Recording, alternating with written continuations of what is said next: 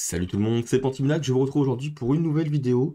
On va parler API aujourd'hui, on va donc créer une API avec Symfony et API Platform. Donc l'objectif ça va être de mettre en œuvre donc une API qui va retourner une liste d'articles avec du coup des utilisateurs et des droits associés à ces utilisateurs et ces articles. Et on va aussi mettre en place une authentification avec un token donc JWT, JSON Web Token. Et puis on va voir plusieurs manières donc de faire avec API Platform, avec des event subscribers, event entity listener, des extensions, des filtres aussi pour effectuer des requêtes sur nos articles. Voilà, donc tout ça de manière pédagogique. Donc ce que je vous propose de faire, c'est d'aller dans la description de la vidéo et d'aller sur GitHub et de récupérer donc la branche intro de ce repository, donc qui contient une base qui vous permettre de partir, de développer plus vite sans avoir besoin d'installer les packages et de créer des entités pour me gagner un maximum de temps et directement traiter de l'API plateforme. Donc j'ai copié la commande de clone. Hop, je vais dans le dossier que je veux et je vais cloner du coup le dossier Symfony API Platform. Je vais faire un CD de ce dossier et je vais faire un composer install pour installer du coup tous les vendors. En même temps, donc, je vais faire un clic droit et je vais l'ouvrir avec PHP Storm pour commencer à coder. Alors, on va créer la base de données. Je vais me rendre sur localhost php myadmin pour que l'on voit ensemble le contenu de la base de données. Ok. Donc là, je vais lancer la commande Symfony console d2.d2.c, doctrine database create. Forcément, on ne doit pas avoir. Ok, la base de données existe déjà. Tac. Je vais aller ici. .env. Donc là voilà, j'avais mis la base de données Symfony API, je vais l'appeler Symfony API YouTube, pour créer la base de données. Moi, elle existe déjà, voilà. J'actualise.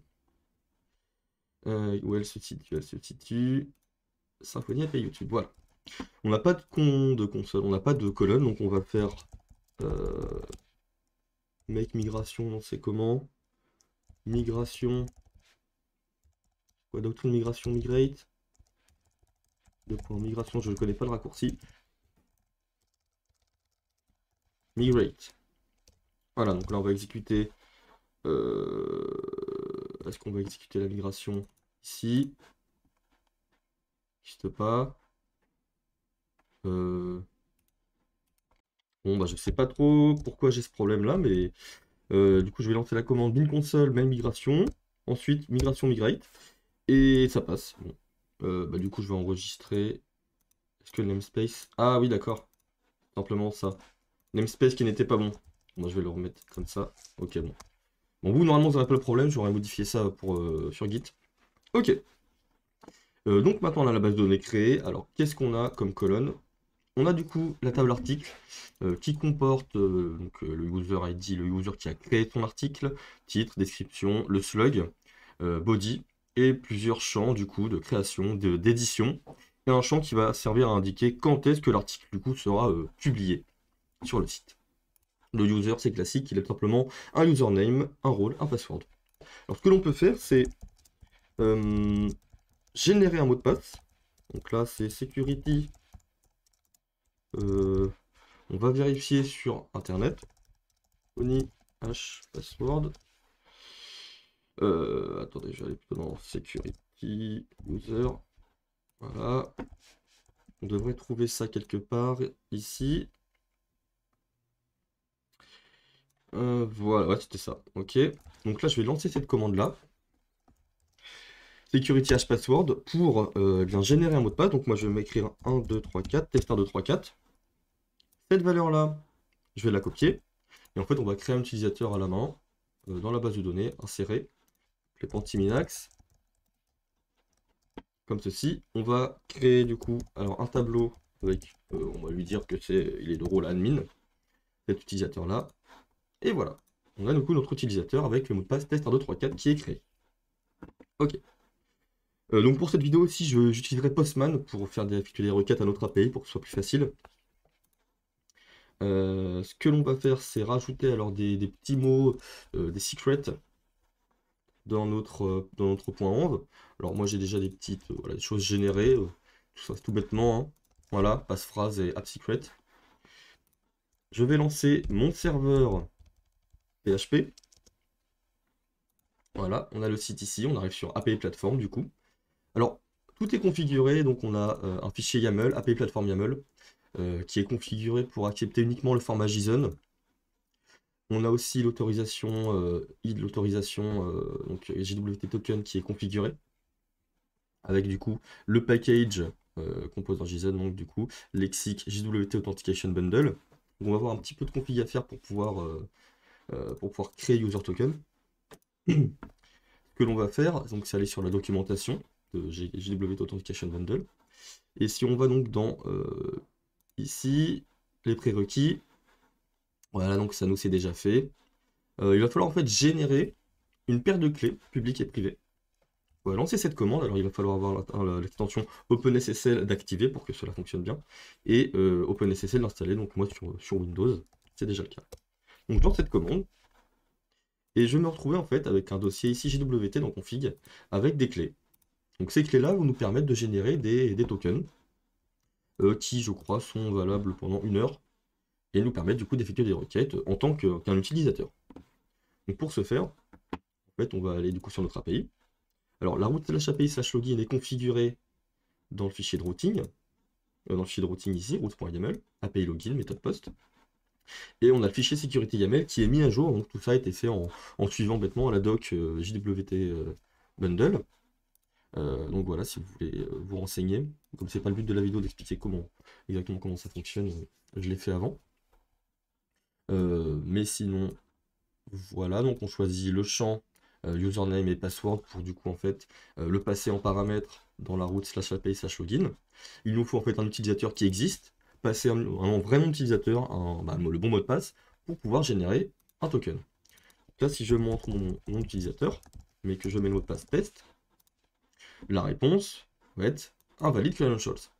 Si je mets le bon mot de passe, 1, 2, 3, 4, on va se retrouver voilà, avec un token. Je vais pouvoir le copier. Alors ce token là, je vais le copier dans mon postman, authorization, bearer token, et voilà, pour effectuer des requêtes. Donc là, si je me rends dans, donc par exemple, API users, et je vais récupérer la liste des users, on me dit qu'il n'y a pas de token de trouver. En fait, il faut cliquer sur authorize ici, rentrer du coup bearer, espace, le votre token, authorize, close, je relance la requête, et voilà, on se retrouve avec l'utilisateur qui est bien retrouvé. Bon, ok. Ça, c'est juste pour l'utilisateur, donc on s'en fiche. On va nous s'occuper des articles. C'est parti. Alors, voilà. Dans SRC, dans Titi, j'ai mon article. Comment le rendre APIisable, on va dire, comment pouvoir effectuer des requêtes via mon API sur cette entité. On va tout simplement ajouter en fait un attribut API resource. À partir de là, je peux actualiser ma page et on se rend compte que tout a été généré. J'ai la possibilité de débugger les routes en utilisant la commande Symfony console debug .router. Et on voit voilà, ici les routes API Platform qui ont été générées pour les articles, pour les users. Voilà, on n'a pas à s'occuper de ça. On a la possibilité de personnaliser les routes. D'abord, on peut customiser les opérations que l'on peut effectuer. Donc ici, quand on utilise l'attribut API ressources, on a tout qui est débloqué en fait. Get, post, put, delete, patch, get un seul article, get tous les articles avec une pagination. Nous, ce que l'on va faire, c'est par exemple juste avoir get pour le moment. On get d'ailleurs qui est obligatoire. Sinon, ça marche pas, ça plante. On a deux possibilités. Soit on utilise une annotation, get, une autre annotation, post. On actualise la page. Voilà, maintenant on se retrouve avec uniquement get et post. Bon, ce que je fais du coup depuis, alors je crois que c'est PHP 8.0, on utilise la syntaxe du coup ici, opération de points, on passe un tableau, new get, new post, on peut aussi donc utiliser new patch, on va avoir aussi new get collection. Voilà. Donc new get collection, c'est pour récupérer une liste d'articles, new get c'est pour récupérer tout simplement un article. Voilà nos requêtes qui sont ici. Donc ce sont des HTTP opérations. Ce que l'on va pouvoir faire, c'est du coup, alors, aller sur Postman, retrouver la liste des articles. Alors, sans la query, ce sera pour plus tard. C'est vide, c'est normal, on n'a pas d'article. On va essayer de créer un article. Alors, si je me rends en poste, nous, l'article pour la création, on va lui retirer des champs. C'est-à-dire que là, c'est ce que l'on doit passer dans notre body pour pouvoir créer un article. Le slug, en fait, ça va être calculé automatiquement. createDate aussi. EditDate, bah aussi, ce sera nul de base. Le user sera calculé automatiquement aussi. Donc ce que l'on va faire, en fait, c'est utiliser la sérialisation et la normalisation. Donc, un contexte avec des groupes, si vous connaissez déjà. Sinon, allez vous renseigner sur la documentation de Symfony. Pour le post, on va lui passer ce qu'on appelle donc un normalisation contexte et un dénormalisation contexte. Le dénormalisation contexte, c'est le groupe utilisé lorsque l'on va créer un article. Donc on va appeler ça article.write. Pour appliquer ça, on va aller par exemple donc, sur le champ title, lui passer la notation groupe, on va lui passer un tableau, et ici on va écrire article.write. On va pouvoir actualiser la page, aller dans la post, et là on voit qu'en fait maintenant, on a besoin uniquement que du titre, enfin on nous demande que le titre pour créer un article. Donc nous on a besoin de plusieurs champs, parce qu'on a des champs qui sont donc non nullables dans la base de données. Alors, si on regarde nul, non, on a besoin de tous ces champs-là. Alors, description et body, dans mon cas, parce qu'après le reste, ça va être calculé. Et publish at. Alors, on va simplement copier ceci. On va rajouter le groupe article write à la description, au body, et à publish at. Voilà. On va pouvoir regarder ce que ça donne. Ok. Donc là, si je tente d'exécuter, on a un problème, bah, le token. C'est vrai qu'à chaque fois que j'actualise la page, le token disparaît. Donc, ce que l'on va faire, c'est qu'on va copier ceci, on va aller sur Postman, c'est le plus simple. Dans Post, ouais. On va lancer la requête. Alors, dans le header sur Postman, il faut bien mettre application JSON.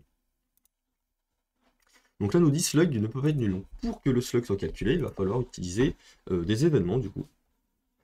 Ce que l'on va faire, c'est créer une fonction publique, fonction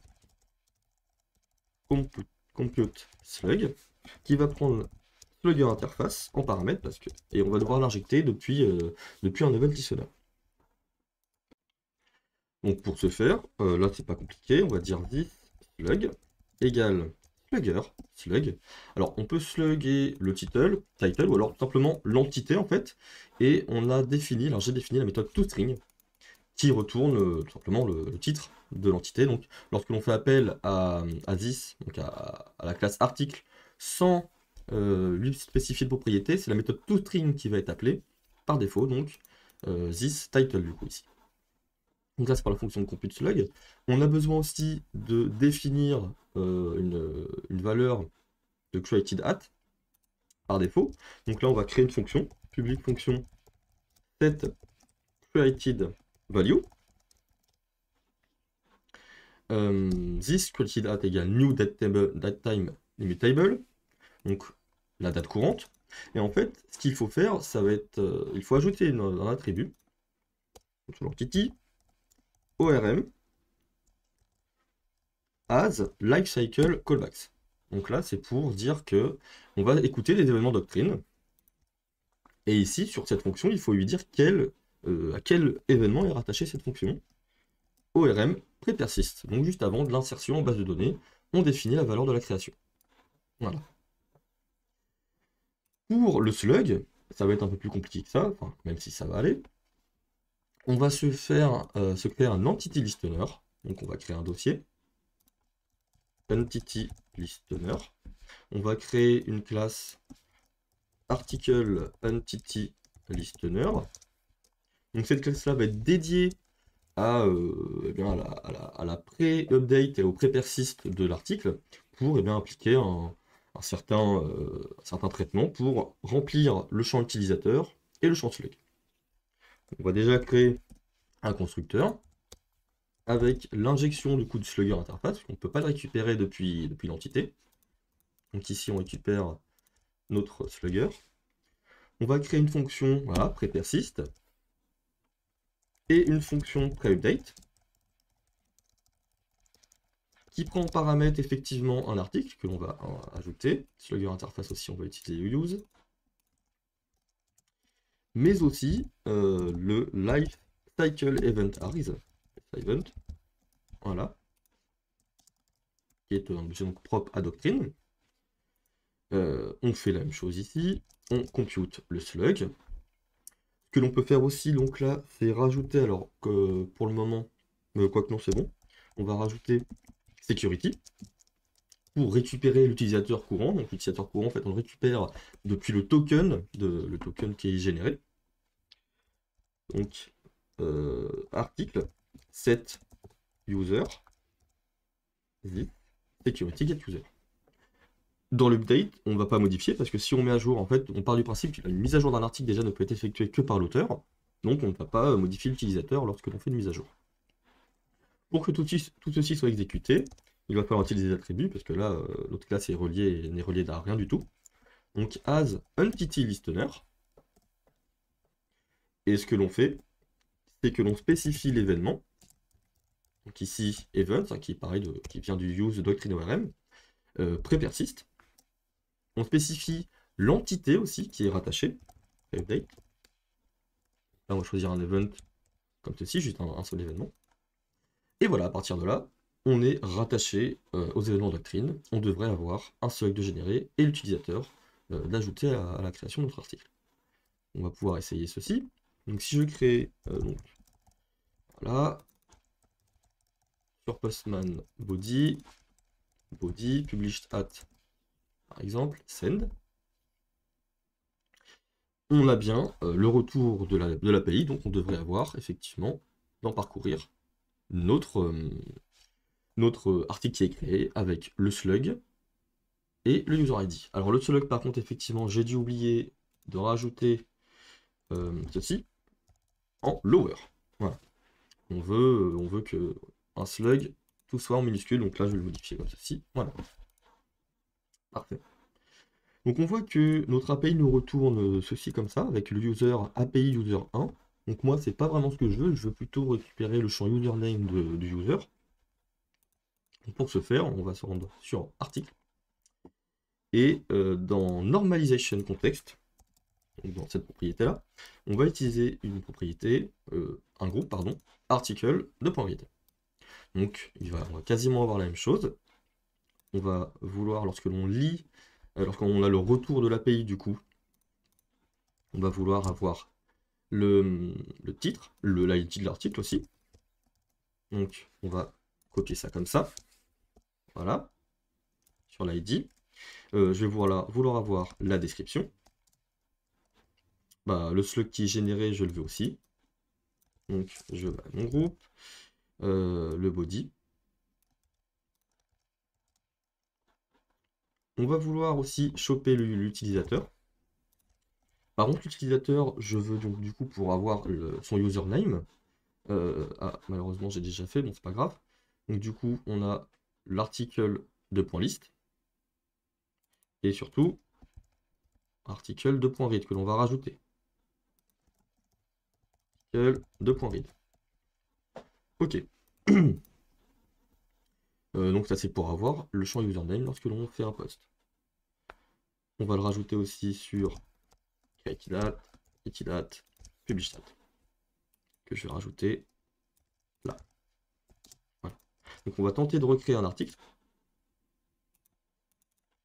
Mon deuxième article. Alors, voilà. Donc là, on a tous les champs comme avant. Mais en plus, on a du coup username. Donc ça, c'est fait. Avec le slug qui est bien généré. Ok. Alors à ce niveau-là, du coup, bah, on va pouvoir rajouter dans get le normalisation contexte le même, article de .read. Donc là, si on se rend dans Postman, que je veux récupérer tous les articles, on récupère, voilà, les 2 articles. Alors par contre, effectivement, alors, groupe article de .read, user article. Si je vais dans user de .read, ok. On reçoit quand même la liste des articles. Bon, c'est un peu bizarre. Read. Ok, bon. On les voit comme ça, bon, c'est pas gênant. Ensuite, bon, dans get collection, du coup, ce que l'on va faire, c'est utiliser un groupe article de .list. En soi, ça pourrait être même la même chose. Ah, c'est normal en fait. Je suis dans get, c'est normal qu'on avait les users. C'est parce que je n'avais pas effectivement mis le groupe, j'étais dans get collection et pas dans get. C'est tout à fait normal. Donc maintenant, on a bien l'affichage sans la liste des articles derrière des users. Donc ça, c'est parfait. Donc soit on utilise le même groupe que get, donc article de .read, soit on pourrait bien créer article de .list. Mais bon, ça fait un doublon en vrai, donc on va le retirer sur cette partie-là. Ok. Au niveau du patch, pour mettre à jour un article, on veut mettre à jour l'article uniquement si l'utilisateur est le créateur de cet article. Donc en fait, on peut rajouter security. On a une variable magique qui s'appelle object, qui signifie l'objet courant. Et donc il faut utiliser le getter, object.getUser, égal user. Donc user qui est aussi une variable magique, qui est l'utilisateur actuel. Donc voilà, maintenant, si l'utilisateur, un autre utilisateur essaie de mettre à jour l'article, eh bien ça ne fonctionnera pas. Ok. Donc maintenant, ce que l'on peut faire, c'est créer une extension qui va nous permettre d'afficher à notre utilisateur uniquement les articles qui ont été publiés, donc qui ont une date de publication supérieure à la date courante. Donc ce que l'on va faire, c'est créer un dossier extension, et dans ce dossier, je vais créer une extension qui va s'appeler published article extension. Donc une extension API Platform doit implémenter des interfaces, query collection extension interface et query item extension interface. Ces 2 méthodes en fait vont nous permettre d'appliquer des filtres sur, sur nos requêtes get et get collection que l'on retrouve dans nos entités ici. Donc en fait là ça va être donc un peu différent de ce qu'on fait avec des query builder classiques. Donc déjà, ce que l'on va faire, c'est aussi récupérer dans un constructeur la classe security, qui donne security, voilà, pour permettre de trouver l'utilisateur. Et si l'utilisateur est un administrateur, alors on va pas empêcher de récupérer tous les articles qui sont uniquement publiés. On va créer une fonction privée, qui va être utilisée en fait par les deux fonctions apply, que l'on va appeler add_where, qui prend en paramètre un query builder et resource class, que l'on retrouve en fait ici. Donc resource class en fait c'est bien le type d'article, enfin le type, c'est l'entité pardon qui est passée. Donc on vérifie bien que on est sur une entité de type article. Si on n'est pas sur l'entité de type article, ou si on est administrateur, alors on ne prend pas en compte. On ne prend pas en compte cette règle que l'on va ajouter, ce filtre. Donc ce qu'il nous faut faire en fait, c'est récupérer le root alias. C'est l'alias donné à la table, à l'entité dans le query builder. Et on va rajouter, donc on va récupérer le query builder, ajouter un n_where. On va utiliser un sprintf %s .published at est inférieur ou égal à current typeTump. Comme ceci. Donc là, ça va nous permettre de dire, ok, on affiche aux utilisateurs que les articles qui sont publiés, tout simplement. Et donc là, on utilise la fonction the add_where avec le query builder, la ressource class, et de la même manière ici.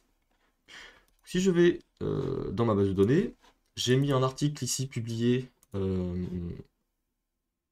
le 14, donc demain, donc le numéro 1. Le numéro 2, lui, est déjà publié. Comme je suis administrateur, on devrait voir les deux articles. Voilà. Donc si je mets rôle sadmin, donc je ne suis pas sadmin, on n'a que le deuxième article, puisque le premier n'est pas encore publié. Voilà. Donc ça c'est fait. Une manière de filtrer automatiquement du coup tous nos articles. On va aussi avoir la possibilité avec API Platform de créer des filters. Donc par exemple, comme indiqué dans la doc, on peut utiliser un search filter et utiliser une stratégie partial, start, end, exact, qui va donc, utiliser des likes différents au niveau SQL pour effectuer une recherche. Ce que l'on va faire du coup, c'est se rendre ici, créer un filter, API filter, donc un attribut. Il nous faut passer le type du coup, alors on utilise bien le use ORM, donc search filter, et les propriétés concernées. Donc moi par exemple, on veut rechercher partiellement du coup un titre. Comme ceci, properties, title, partial. Je vais du coup, alors regardez, qu'est-ce que j'ai comme titre? Mon tweet, mon deuxième article. Donc c'est pareil, si on retourne sur API Platform, dans la documentation, on devrait voir, voilà, la possibilité d'ajouter title en query. Donc si je vais ici, je marque title égale, par exemple si je marque deuxième, on se retrouve avec uniquement deuxième article. Si je supprime la key, j'ai bien les deux. Et si je recherche titre, je retrouve bien le premier article. Donc voilà, on a mis en place un filter donc qui prend, au niveau de l'URL, prend le nom de la propriété, tel que défini ici, quoi, dans notre entité. On va pouvoir créer un custom filter du coup. Donc on va créer un dossier filter. Et imaginons par exemple qu'on veut créer un filter qui s'appelle query, et en fait qui recherche sur plusieurs champs. Donc là en l'occurrence on va le faire sur title et description. On va créer article query filter. Il faut donc étendre la classe abstract filter, ORM toujours, donc implémenter deux fonctions, filter property et getDescription qui va permettre d'alimenter la doc de l'API.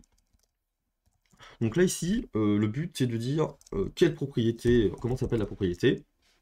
Donc si la propriété n'est pas query, bah alors du coup on fait rien quoi. Donc nous, l'objectif c'est d'utiliser ceci comme ça. Query égale quelque chose. Donc c'est comme tout à l'heure, on va récupérer l'alias avec le query builder. Query builder, get root aliases de 0. Et on va ajouter à notre query builder anywhere sprintf. Hop. Donc %s.title like 2.query or %s.description like query. On a un guillemet en trop, une parenthèse en trop. Ok. On va ajouter du coup le paramètre, set parameter, query, et on utilise le like avec les 2% du coup pour avoir quelque chose de partiel. Voilà. Donc là ce qu'il faut faire, alors si on va en base de données, query égale, alors description. Donc imaginons que là, bon, j'ai une description qui s'appelle test. Ici, bon, j'ai mon article qui s'appelle description, donc qui a en titre description, et le premier a en description description. Donc si je fais une query sur titre, je récupère les deux, ce qui n'est sûrement pas normal. Anywhere, % la query, or, %. Ah, c'est un or. Peut-être plutôt ça. Description. C'est normal, je ne l'ai pas encore ajouté dans mon article, effectivement, ça ne va pas le faire. Donc il faut l'ajouter à notre entité, hein, le filtre, sinon ça ne va pas marcher. Donc on rajoute API filter, article query filter de point class. Alors là, on peut du coup définir aussi une stratégie. Alors, est-ce que d'ailleurs la stratégie est obligatoire?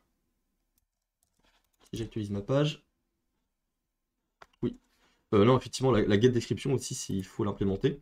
Alors moi, je l'ai ici, j'aurais peut-être dû vous la donner. Bah, vous pouvez la récupérer sur GitHub, sur la branche main. Donc en fait, c'est comme ça que ça se passe. Donc c'est un tableau. Avec du coup, alors quel type qu'il faut utiliser?